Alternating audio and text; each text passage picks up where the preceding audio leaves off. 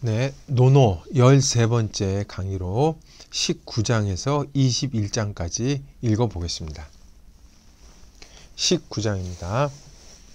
애공문할 하위즉 민복인이 있고 공자대왈 거직 조조왕즉 민복하고 거왕 조저직즉 민불복이니이다.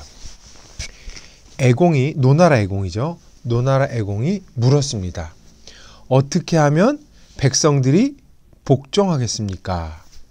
공자께서 대답하여 말씀하셨다.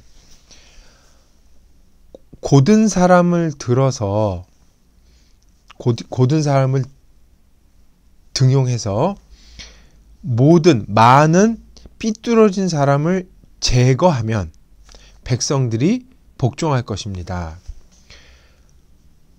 삐뚤어진 사람을 등용해서 많은 고든 사람을 제거하면 백성들이 복종하지 않을 것입니다.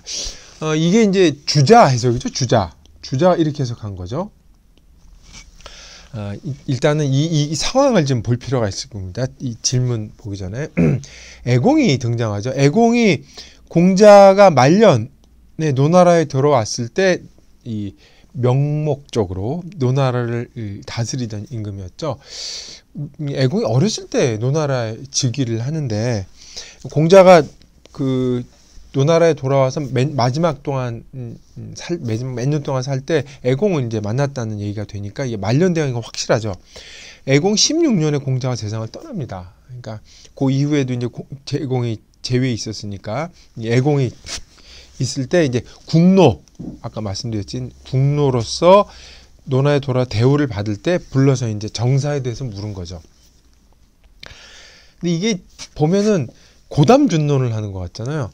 애공이 선생님 어떻게 하면 백성들이 복종합니까? 그랬더니 공자가 턱 이렇게 말씀을 하셨는데 주자의 말은 굉장히 과격하게 얘기를 하고 있어요. 지금 고든 사람을 등용하고 그 못된 놈들은 다 없애십시오 이런 얘기를 하거든요. 굉장히 과격하게 얘기를 하고 있는데 이거는 아마 성리학이 당시에 그 오랑캐하고 이 저기하고 이래서 그런 그게 감안된 게 아닌가 싶을 만큼 대단히 강력한 말을 하고 있죠. 근데 상황을 보면 그렇게 공자가 그렇게 강하게 말을 할 사람인가라는 의문을 떠올릴 수 있습니다. 여기 애공 문활이죠. 애공이 정세에 대해서 물으면 대부분 다 어떻게 했습니까? 문 다음에 대부분 자활 그랬죠. 여기 뭐라 그랬어요? 공자 대활 그랬거든요. 임금한테 대답하는 거기 때문에 대활이라는 말을 써서 이 대자를 더 집어넣은 거죠. 상대방을 높이고 있다는 표시 이렇게 해준 겁니다. 그리고 논어를 통틀어서 공자란 말이 몇 번 나오긴 하는데 이 부분이 공자라고 언급된 최초의 부분이에요.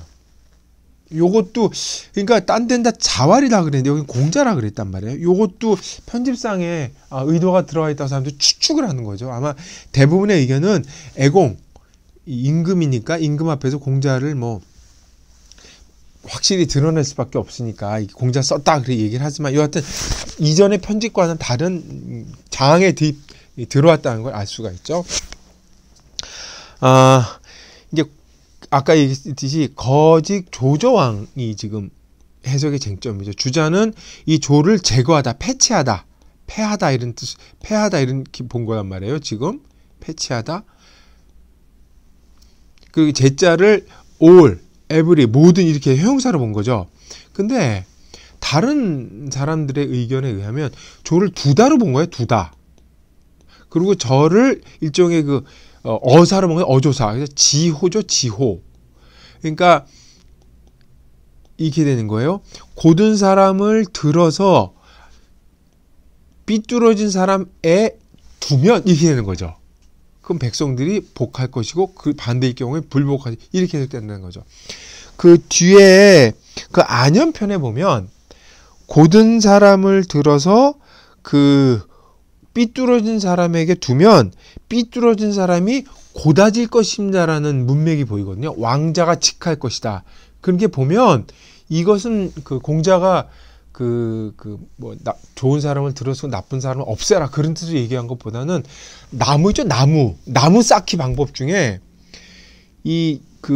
굽은 놈을 이게 삐뚤삐뚤한 굽은 놈을 밑에 두고 위에다가 계속 이 굳은 놈을 싸면 눌려서 이 굽은 놈이 펼쳐진다는 거죠. 그러니까 나무 쌓기 비율을 갖고 와서 공자가 설명했다는 게 있는데, 제가 보기에도 그렇고 딴 사람도 의견도 그렇고 그게 더 적절한 것 같아요. 공자가 왕하에도 그렇게 직설적으로 얘기하기가 쉽지가 않죠. 왜냐? 애공이 이때 정치를 하고 있지만 실권은 이미 사만씨, 특히 개손씨한테 가 있었단 말이에요. 개손씨한테. 그러니까 개손씨, 공자하고 임금이 만나서 어떤 얘기를 하는지 개손이 다 알고 있을 텐데, 실권은 그한테 가 있는데 애공한테 만나서 고든 사람 쓰고 시나 나쁜 놈은 다 없애십시오. 이거는 말이 안 되죠. 그렇게 이해할 수도 없고 상황이 그렇게 되지도 않고 공자가 그렇게 얘기한 사람도 아니고 그렇게 되는 거죠. 그런 문제가 있는 것 같습니다. 또 하나는 그 복자예요, 복자. 지금 애공은 민복이라고 물었거든요. 이때 분명히 묻기는 어떻게 했을 거예요? 어떻게 하면 백성들이 복종하겠습니까? 권력에, 아니면 이 정부에, 아니면 국가에 어떻게 하면 복종하겠습니까? 라는 의미를 물었을 거예요. 지배자가 피지배자한테.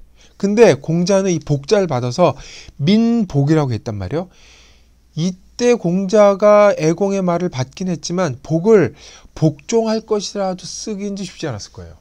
이때 공자는 같은 복이지만 아마 신복입니다라고 얘기를 했을 거예요.